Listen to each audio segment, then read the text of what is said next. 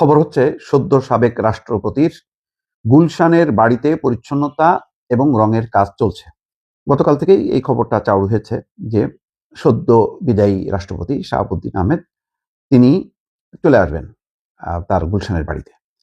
এখন কয়েকটা প্রশ্ন, এই গুলশানের বাড়িতেই তিনি ছিলেন, সেখান থেকে তিনি রাষ্ট্রপতি হয়েছেন, আবার 2.25 বছর আগে মেয়াদ শেষ হবার 2.25 বছর আগে তিনি আবার চলে যাচ্ছেন তার গুলশানের বাড়িতে।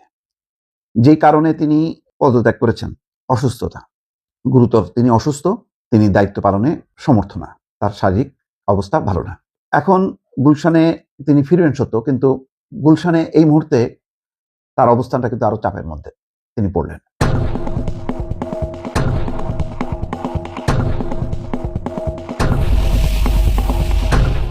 তিনি যদি যাই না বিদেশ চলে যাবেন কিনা, বিদেশে গেলেও বিপত্তি আছে, কারণ বিদেশে তিনি এসএসএফ পাবেন না।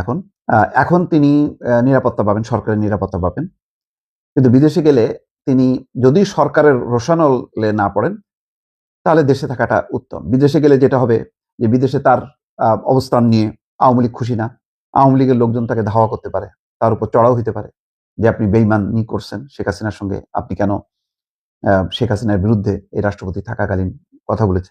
কেউ তো আর বুঝবে না ওনার সাংবিধানিক দায়িত্বের মধ্যে আসলে ওনার কোনো বক্তব্য না, সরকারের বক্তব্যগুলোকেই উপস্থাপন করতে হয়। যেমন এনসিপি দাবি করছে তার বিচার, কেন? তিনি গণহত্যার সময় নীরব ছিলেন, কিন্তু গণহত্যার সময় তিনি সরব থাকবেন এমন কোন সাংবিধানিক বিধিবিধান কি আছে কিনা? তাহলে তো সেটা রাষ্ট্রদ্রোহিতা হয়। তো এগুলি নানা মানে যুক্তি এবং আবেগের কোনো শেষ নেই। তো কখনো যুক্তি কাজ করে, কখনো আবেগ কাজ করে। এখন গুলশানের বাড়িতে আগে যে অবস্থায় ছিলেন, এখন সেই অবস্থায় যেটা হবে, তিনি আরো একটা ক্ষুদ্র গণ্ডির মধ্যে ঢুকে পড়বেন।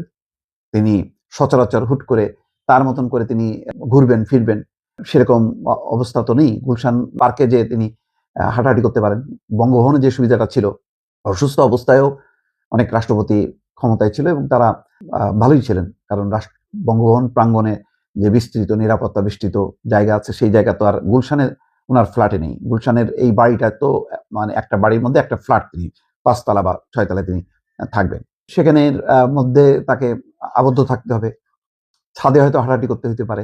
মোট কথা, রাষ্ট্রপতির দায়িত্ব থেকে বিদায় নেওয়ার পর তিনি আরো একটা কোণঠাসা অবস্থার মধ্যে থাকলেন। ফলে এই অবস্থায় ওনার সত্যিকার যেই অসুস্থ যদি হয়ে থাকেন, সেই চিকিৎসাটা কিন্তু আরো সংকটের মধ্যে পড়লো, এবং তার যেই চিকিৎসাটা নিঃসন্দেহে এটা ব্যয়বহুল চিকিৎসা, এই চিকিৎসার খরচ তো আর রাষ্ট্র এখন বহন করবে না, এখন তাকেই বহন করতে হবে।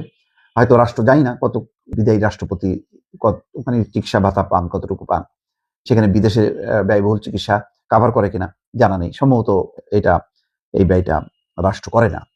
তো যাই হোক, মোট কথা, এখন তার বাড়ির যেটা বলা হচ্ছে যে গুলশানের 123 নম্বর সড়কে অবস্থিত বাড়ি তার, সেখানে দেখা গেছে যে পরিষ্কার পরিচ্ছন্নতার কাজ হচ্ছে, আসবাবপত্রগুলো পরিষ্কার পরিচ্ছন্ন করা হচ্ছে।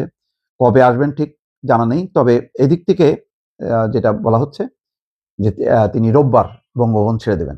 বঙ্গভবন ছেড়ে দেওয়ার পর এখন যিনি রাষ্ট্রপতির দায়িত্ব পেলেন, অস্থায়ী স্পিকার হাফিজউদ্দিন আহমেদ, তিনি আসবেন কিনা পরিষ্কার না। সম্ভবত নতুন রাষ্ট্রপতি নিয়োগ হওয়ার আগ পর্যন্ত অস্থায়ী রাষ্ট্রপতি বঙ্গভবনে আসবেন না, থাকবেন না। কিন্তু রাষ্ট্রপতি শাহাবুদ্দিন আহমেদ পদত্যাগ করার পরেও কিন্তু তিনি কিন্তু একটা দৃশ্যমান একটা চাপের মধ্যে কিন্তু থাকলেন।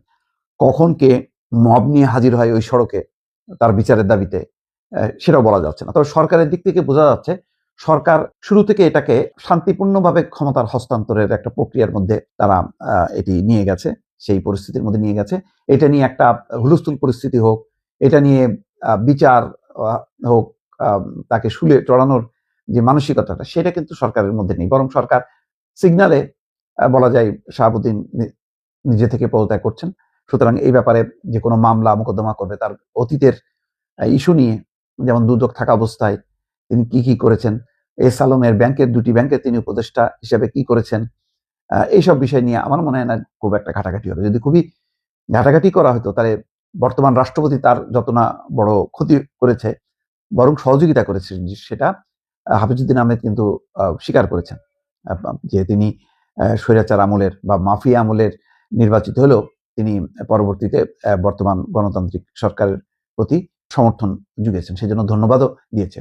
ফলে এই অবস্থায় হুট করে তাকে গ্রেপ্তার করবে, তার বিচারের মুখোমুখি করবে, আমার মনে হয় না সরকার এই হার্ড লাইনে যাবে। এখন গুলশানে যেমন আব্দুল হামিদ নিভৃতে আছেন, চুপচাপ আছেন, কোনো উচ্চবাচ্য নেই, এবং রাষ্ট্রপতি হামিদকে নিয়েও কোনো আলোচনা নেই। একবার শুধু তিনি চিকিৎসার জন্য বাইরে গেছিলেন, তখন একটা হইচই হয়েছে, কিন্তু তিনি আবার ফিরে আসছেন। সরকার নিশ্চুপ ছিল, অন্তর্বর্তী সরকার। বর্তমান সরকারও আমার ধারণা, যেহেতু নেগোসিয়েশন সমঝোতার মধ্য দিয়ে সবকিছু হচ্ছে, এখানে এই শাহাবুদ্দিনকে নিয়ে খুব বেশি পদক্ষেপ নেবেন সেরকম না। ফলে শাহাবুদ্দিনের বিদেশে যাওয়ার প্রয়োজন হবে না, তিনি গুলশানেই থাকবেন, এবং নতুন রাষ্ট্রপতি যখন হবেন বা সেই আলোচনা যখন জোরালো হবে, তখন কিন্তু এই চ্যাপ্টারটা ক্লোজ হয়ে যাবে, শাহাবুদ্দিনের চ্যাপ্টারটা ক্লোজ হয়ে যাবে। ফলে আপাতত আমার ধারণা যে তিনি গুলশানে থাকবেন, কিছুদিন তিনি হয়তো একটা নিরাপত্তা বেষ্টনীর মধ্যে থাকবেন, তারপর আস্তে আস্তে সবকিছু স্বাভাবিক হয়ে যাবে।